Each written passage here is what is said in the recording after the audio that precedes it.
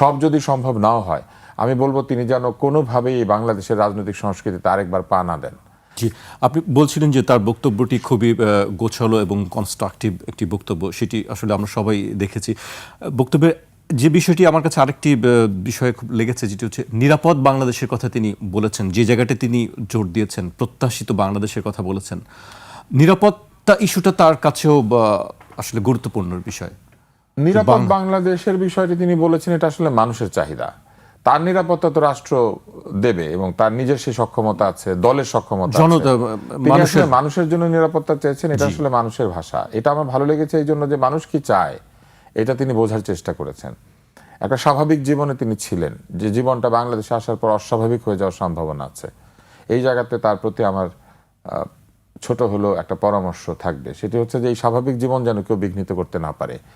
আমাদের বাংলাদেশে নেতা 24 ঘন্টা মানুষের পেছনে সময় দিবেন, সারাক্ষণ মানুষের পেছনে সময় দিয়ে জীবনকে ক্ষয় করে ফেলবেন, সারাদিন তিনি এই বিচার আচারে ব্যস্ত থাকবেন, দেশ চালাবেন, এটা চালাবেন, সেটা চালাবেন, মানে তার নিজের ব্যক্তিগত জীবন বলতে কিছু নাই। আমি শুধু বলবো যে যে ছবিগুলি আমরা দেখেছি, তার একটা বিড়াল, তার একটা ছোট্ট কোণার একটা টেবিল যেখানে বসে তিনি কম্পিউটার চালান।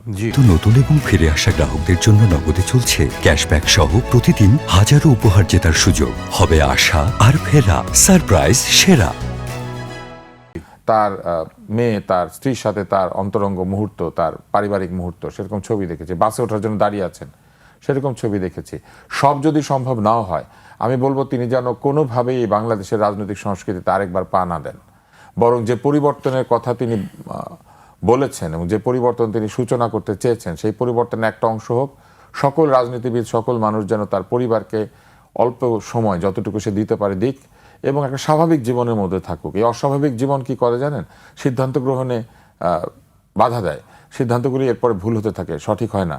কারণ এত চাপের মধ্যে নিদ্রাহীন, আহারহীন, মানে একটা এমন অবস্থা, এই লোক আসছে, এই লোক যাচ্ছে, এই রাজনৈতিক সংস্কৃতি থেকে যেন দল এবং রাজনীতিবিদরা বেরিয়ে আসতে পারেন, এটা আমি তার কাছে একটা অনুরোধ করব। তাহলে আজকে তিনি যেই শান্ত সৌম্য মূর্তিতে যে বক্তৃতা দিয়েছেন, এই বক্তৃতা তিনি দিতে পারবেন না, কারণ তাকে এমনভাবে লোকজন বিরক্ত করবে, এমনভাবে তেল নিয়ে এসে হাজির হবে, মানে আক্ষরিক তেল না, আপনি বুঝতেই পারছেন, তোষামতকারীরা এমনভাবে এসে হাজির হবে যে তাকে স্বাভাবিক দায়িত্বগুলি পালন করতে দেবে না। বাংলাদেশের মানুষের একটা বিরাট সমস্যা।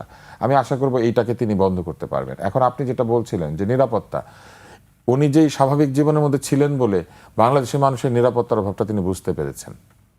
বাংলাদেশের মানুষ সন্ধ্যা হলে পরে বাড়ির বাইরে যেতে ভয় পাচ্ছে, একটা দামি কিছু হাতে থাকলে সেটা নিয়ে কোথাও যেতে গেলে ভয় পাচ্ছে। বাংলাদেশের মানুষ একা কোথাও দাঁড়িয়ে থাকতে পারছে না, সাথে দু একজনকে নিয়ে দাঁড়াতে হচ্ছে। এবং আমাদের ফেসবুক, ইউটিউব, আপনি সবখানে দেখবেন সন্ত্রাসের যে ভয়াবহ চিত্র। আমি মনে করি যে এইখান থেকে মানুষকে উদ্ধার করে নিয়ে আসা খুবই জরুরি। এরকম অস্বাভাবিক পরিস্থিতিতে মানুষ ব্যবসা করতে পারে না, স্বাভাবিক যে কাজগুলি সেগুলি করতে পারে না, এবং অধিকাংশ মানুষ তার চাকরি করে না, সে তো অফিসে কাজ করে না, রাস্তায় কাজ করে বাংলাদেশের মানুষ। ফলে রাস্তা যদি নিরাপদ না হয়, বাড়ির বাইরের অংশটা যদি নিরাপদ না হয়, তাহলে মানুষের আয় ব্যয় সব কিছু ক্ষতিগ্রস্ত হয়। আমি আশা করব যে তিনি যে কথাটি বলেছেন এটা একদম ঠিক, যে মানুষের জন্য একটা নিরাপদ বাংলাদেশ চাই, মানুষ যেন মানুষকে ভয় না পায়, এরকম একটা বাংলাদেশ দরকার, এবং সেটা তিনি নিশ্চিত করবেন বলেছেন। এটা খুবই আশাব্যঞ্জক।